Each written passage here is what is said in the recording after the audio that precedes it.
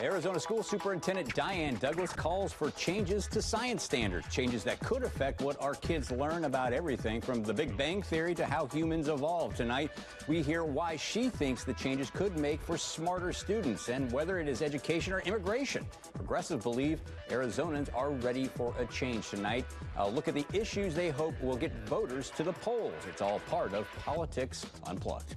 And good evening, I'm political editor Dennis Welch, and this is Politics Unplugged, and joining us tonight is Superintendent of Public Instruction here, Diane Douglas. Thank you very much for joining us. And first of all, I want to start off is, why did you make these proposed changes? Why was there, changing to the language in the standards that you seem to either alter or eliminate references to evolution?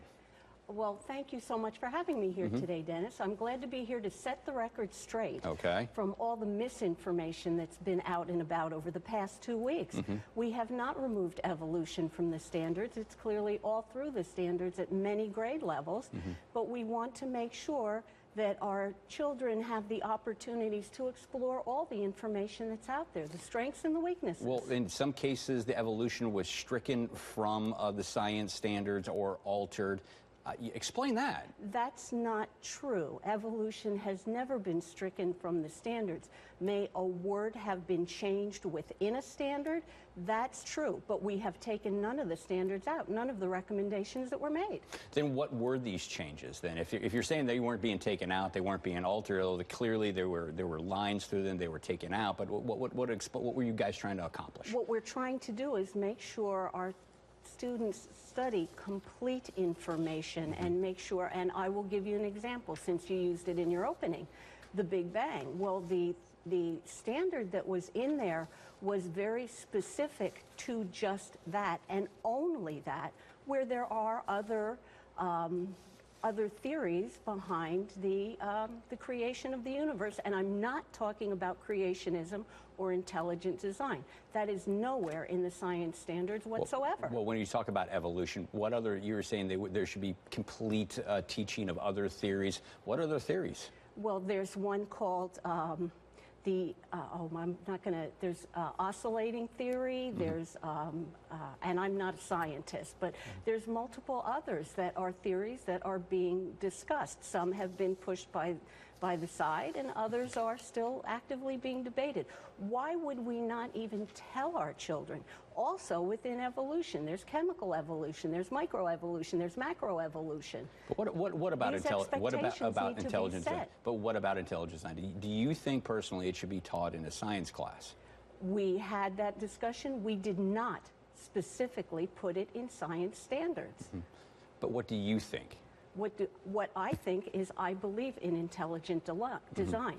That's my personal belief, but there's a very big difference between my personal belief and my professional duties and what should go out in standards for our children. Yeah, now I do want to show one example of some of the changes here. Now, in one instance, for example, the language would change from having students develop the understanding of, quote, how adaptations contribute to the process of biological evolution, to having students develop the understanding of, quote, how traits within populations change over time.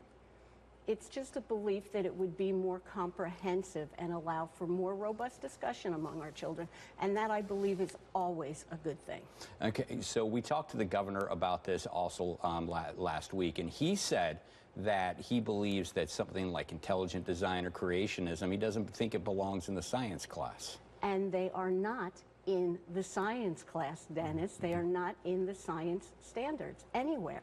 Okay, and I want to move on to now. The public was given a certain amount of time to comment on this and to talk about this online. However, that by the last day of the deadline, that your website was down. People could not make comments. What happened? Well, basically, because we don't have funding for our IT to develop new systems and whatnot, we've had to use basically what's a free system in order to gather this comment. And it's things that are free. You know, Dennis, the old saying, you get what you pay for, and it was not able to handle. Not that the comments were that voluminous, but when they come that fast, they would crash a free system like that. So we put it up, we extended the comment period, and gave people extra time to comment. You're just saying that the website crashed? The feedback software, for lack of a better word, crashed. Okay, so because a lot of people were upset about that. I mean, what happened there? Have you been updated on that? It was a free software system that we were forced to use because we don't have the funding to buy a very expensive, I don't know if I should mention names of any of the well-known surveying tools that are out there, but we literally don't have the funding in the department to buy those and use those, so we used a free service. We've used it consistently. The difference between when we were repealing and replacing Common Core was we had a much longer period of time, and they came in rather than all at once. They would come in more slowly. This was just not a tool that was designed to, even though number of count was not what I would say voluminous. We had over 10,000 comments on Common Core and repealing those, but it did come in a way over a very short period of time that a free system was not able to cope with. So I felt it was only fair to the community to allow them extra days to give comments. So how many comments were on this? You said it wasn't voluminous. How many comments? I don't know what the total count is. I would guess in the low thousands, maybe 1,000, 2,000, and that's really... That seems like quite a bit, though. I mean, well, we had over 10,000 comments on Common Core when we repealed it. So other standards, not so much. So it depends. It can be anywhere from hundreds to thousands. Okay, so what are the changes that will be put into the science standards that you're pushing for?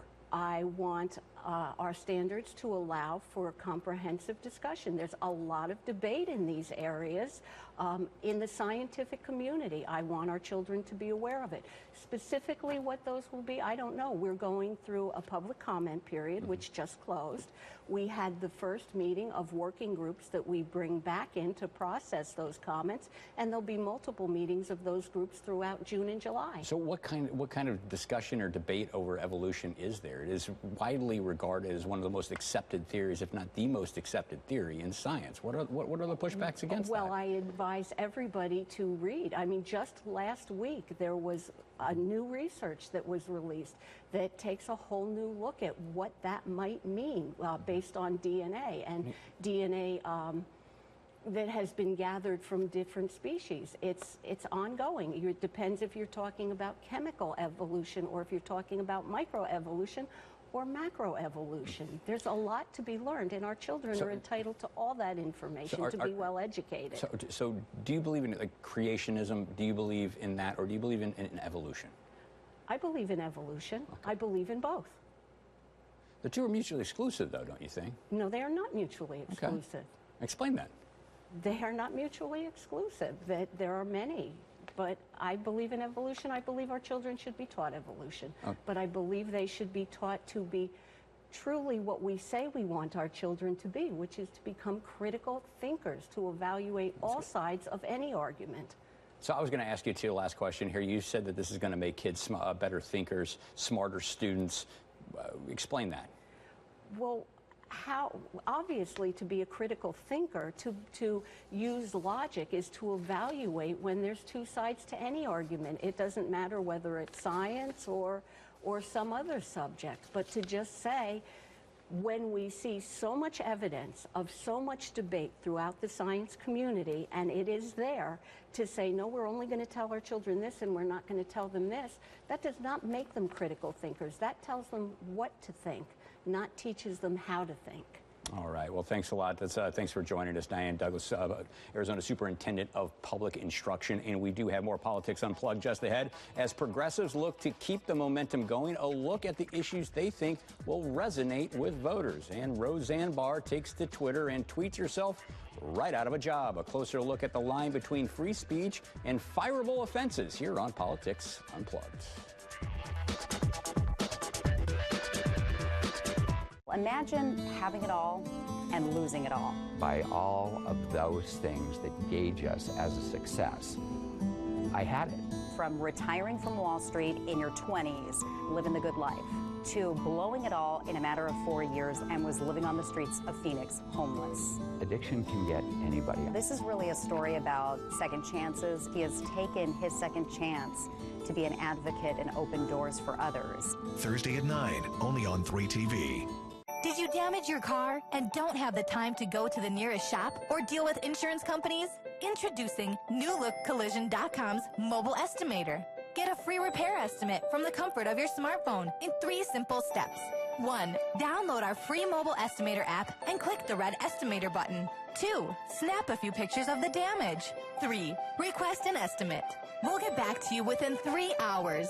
Go to NewLookCollision.com's mobile estimator and let us do the rest. How can an insurance company be a good neighbor or have you in good hands when all they want to do is settle your case for as little as possible? If insurance companies were fair, we'd be out of business. We're Lerner & Rowe.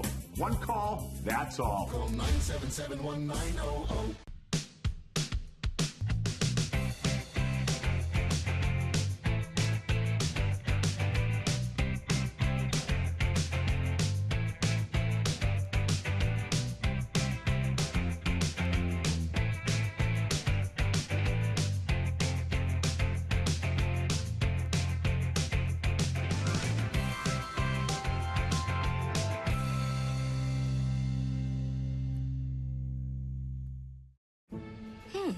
Maybe you can make retirement happen.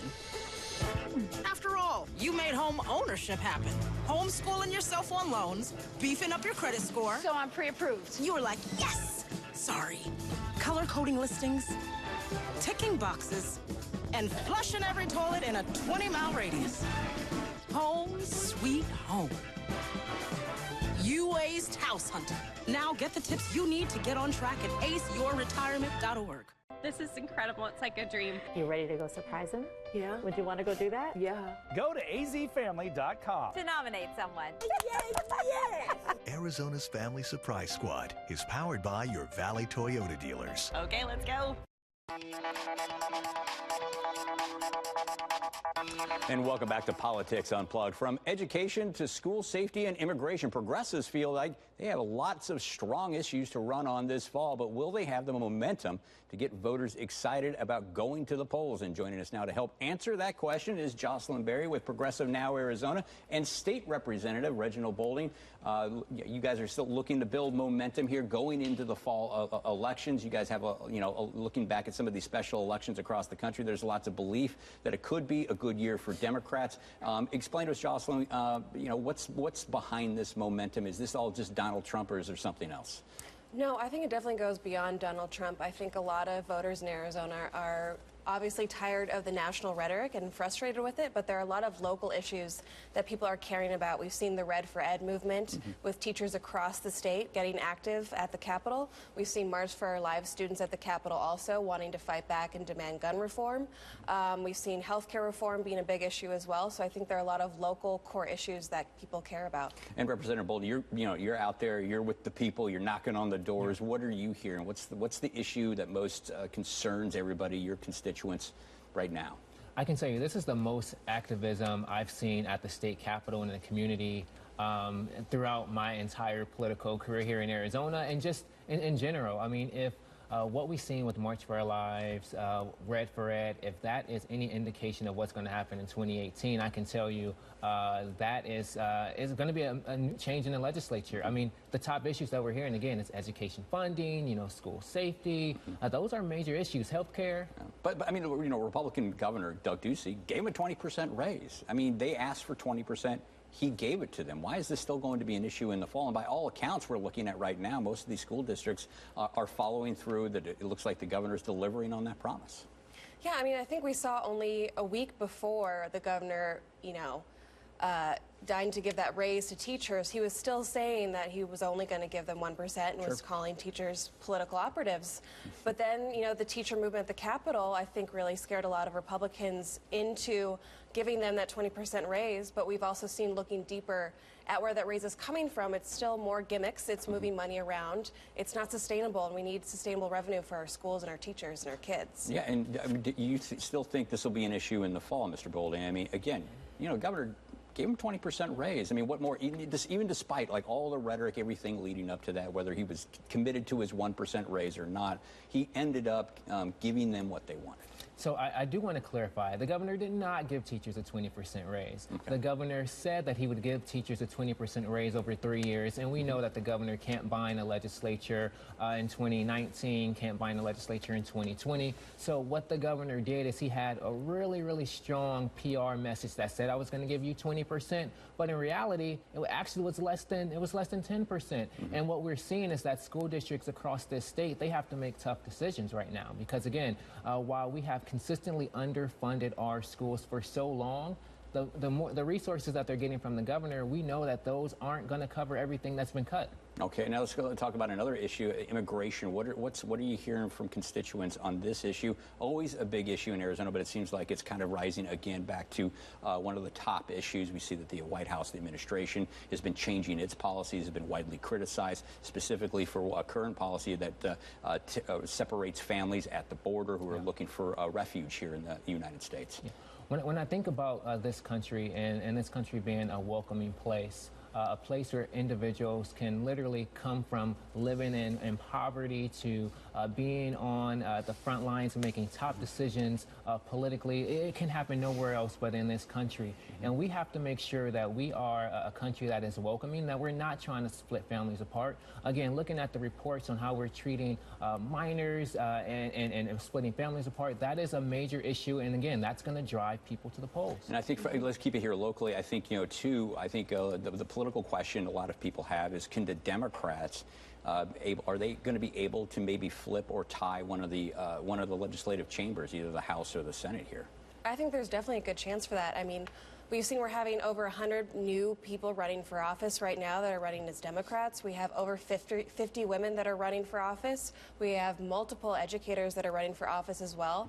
And I think also if you look at CD8, the congressional race there, how we won, how we got a single-digit margin in that race with Hero Tempranini, I think, we have a very good chance at the local level as well in the legislature. But are the dynamics changing? Are you sensing anything from talking to people? Because we've seen nationwide polling, at least on the generic ballot, like Republican versus Democrat, that, what was a huge, margin, Democrats were way out in front just a couple of months ago. It seems that lead has now all but evaporated and everything is kind of reverting back to the mean, kind of the political average here. Is that something you're sensing? Well, I can tell you the issues will drive voters to cast their ballots for the individuals who are fighting for those issues. And the reason why I say that is, again, I had a teacher from 15 miles away from my district, a Republican. She drove to my district to come and knock on doors. She said, I've never been involved politically.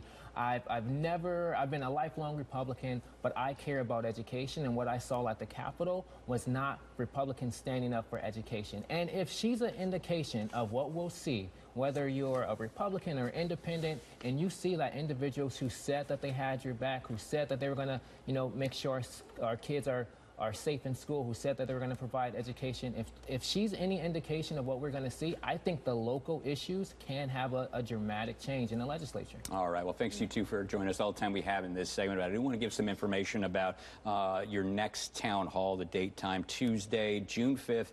6 o'clock to 7:30 p.m. The location is the Salvation Army Kroc Center. That's 1375 East Broadway Road in Phoenix. And we do have more Politics Unplugged just ahead. We'll check in with our panel as we look at the new attacks on Senator John McCain from the president and closer to home. Stay with us.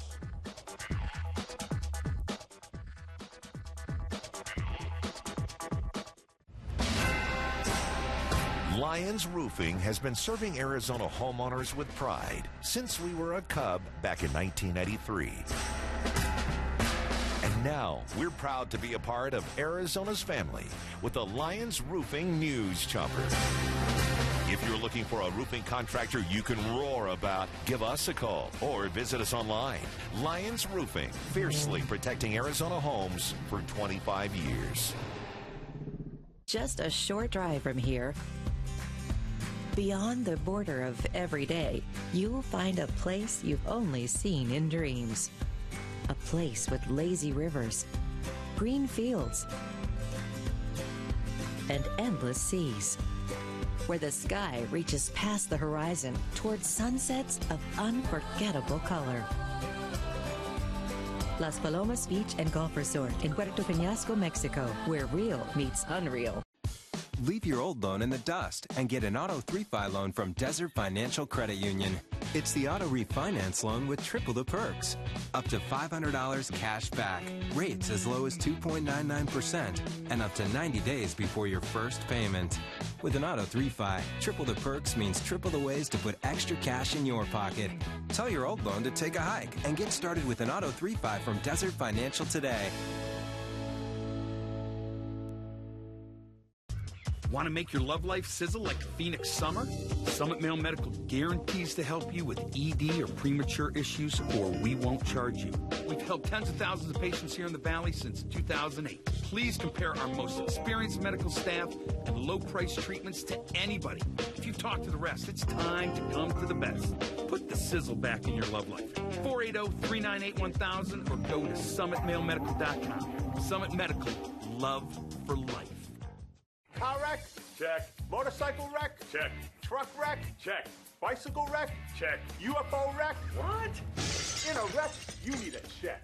Call Lerner Road now for a free consultation. Call 977-11900. More local news, more original content, more investigations, more news you care about. Your #1 story on your #1 screen, anytime, anywhere. 3TV, CBS 5, Arizona's Family.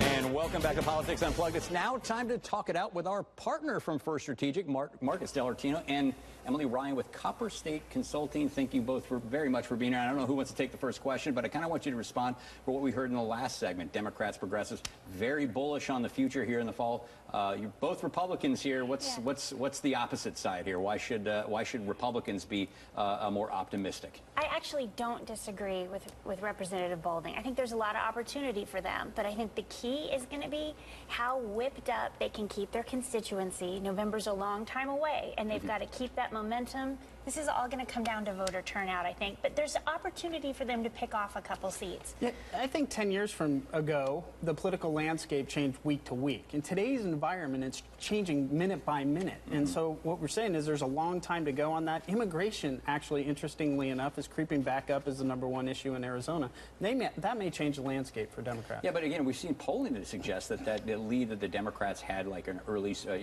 spring, late winter, that is all evaporated. Yeah, it's slipping away. They're going to have to keep people angry and whipped up to drive that voter turnout. And as soon as that gap closes, it can just as easily open back up. Yeah. All right, let's move on now. Former Secretary of State Ken Bennett, he's running for governor now, and he's making some waves here when he's talking about going after Senator John McCain, saying specifically that he will not appoint Cindy McCain to fill John McCain's seat in the Senate should Mr. McCain vacate that seat. Marcus, you have some pretty strong thoughts on this. We covered this a couple weeks ago. Let me be honest with people. He's using this as political theater to get media opportunities. He's on a radio show this morning. I expect to see him in this studio later today. Fact of the matter is it's classless. And Ken Bennett has always been known as a calm, middle-of-the-road, well-thought-of legislator. With good upbringing and good manners, and a very nice guy. The Ken Bennett we're seeing today is a political opportunist that's using this as a media veil. And let's be clear about this. Let's look at Cindy McCain's resume, okay? One of the #1 employers in the state of Arizona with her company. She knows how to make beer, she knows how to fly fish, and in her spare time, she diffuses landmines. Do you really want to take this woman on? I just want to get back to a spot where we can have an honest debate of the issues. And Ken deserves to talk about, he should be talking about the issues, not this classless diatribe that he's not worthy of. Now, what's your read on this? He's basing this off a report from, I believe, the organization is called Newsmax. It was out there that quoted anonymous sources saying that the governor is thinking about appointing Cindy McCain to replace her husband should he step down. Your read? My read, if I put aside feelings about the McCain family and what they're going through, I think this is a strong indicator that Ken Bennett is going to try to get to the right of Doug Ducey in this race. And that's where he sees his opportunity, is to try to be more conservative than Governor Ducey. I also think it's really interesting that we're still talking about a really old political tradition of giving a job to someone's wife. You know, if you worked at IBM or Uber and you kicked the bucket, they wouldn't come put your wife in your desk, you know, and give her your job. So it's interesting that in politics, that's still a real phenomenon. But what the press should be asking is, how many times have you tried to get a job in the Ducey administration? How many times have you lobbied the Ducey administration to get appointed to a seat? And everybody in politics knows that Ken Bennett has been out actively lobbying for a job in this administration, and he hasn't gotten it. And part of that is perhaps sour grapes. Well, that's a good segue here, because Bennett's not the only one calling out Senator McCain this week at a rally in Tennessee. President once again criticized Senator without saying his name. Trump brought up McCain's vote on repealing Obamacare. He keeps going after him. Yeah, and I think if Senator McCain wasn't battling cancer right now, none of us would be worried about him. He's a tough guy. He's used to politics. He's used to hardball. He's used to this kind of interaction.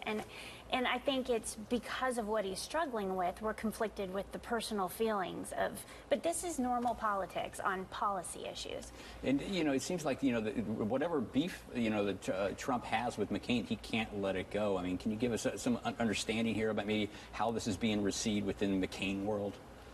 Well, obviously not well. I mean, look, there's no reason to bring it up. I mean, frankly, if you're the President of the United States, there's about 100 other issues that people care about right now.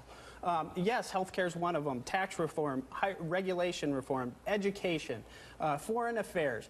Frankly, if I were him, I'd be focused on Department of Justice and how to get that cleaned up. All right, now I want to move on to another race here in Congress here. It seems like maybe David Schweikert's seat might be in some trouble now. Looks like they've opened up an ethics investigation into his office. Now, he is allegedly paid, you know, his staff, one of his top staffers, some money that may not have been all above board. Does this put that seat in play? I think that a congressional ethics investigation is no small thing. And I think it's a warning to all of our congressmen that you really need to pay attention to the staff that you hire, because the buck stops with the congressman. They're a reflection of you. And if you're going to run your office as a hard-driving, small government, fiscally responsible conservative, you better make sure your staff reflects that. Okay. And it's five times the legal limit of what he could pay his staff member. But more importantly in the story, what's most interesting is this revelation came after the date to submit petition signatures, meaning he could not have a primary when this news was discovered. And it makes you wonder if there was a little more at work here. Okay, now let's move on to, it looks like, move on to the big story of last week, Roseanne Barr. Now, she's lost her show. Her show was canceled, and this comes after a series of tweets, which, you know, she called out Valerie Jarrett. She's a former advisor in the Obama administration. She said she was a cross between the Muslim Brotherhood, you know, and the Planet of the Apes. Really just despicable, repulsive remarks. Just kind of just give us your thoughts on, did ABC do the right thing and pull in the show pretty quickly? Well, furthers my allegation that somewhere in this universe there's two aliens sitting outside looking at planet Earth saying, one saying to the other, I told you they weren't ready for social media. But you've got to remember, what people forget is your tweets, you are still an employee of a company. Therefore, they have the right to fire you. And real quick, we got 10 seconds. Yeah, I mean, absolutely. They have the right to do it. What I find surprising is all of our shock at comedians saying horrific things, because there was a time when that's all they did and that's what we expected. All right, well, thanks a lot. That is all the time we have tonight, but be sure to join us next week for more Politics Unplugged. Good night.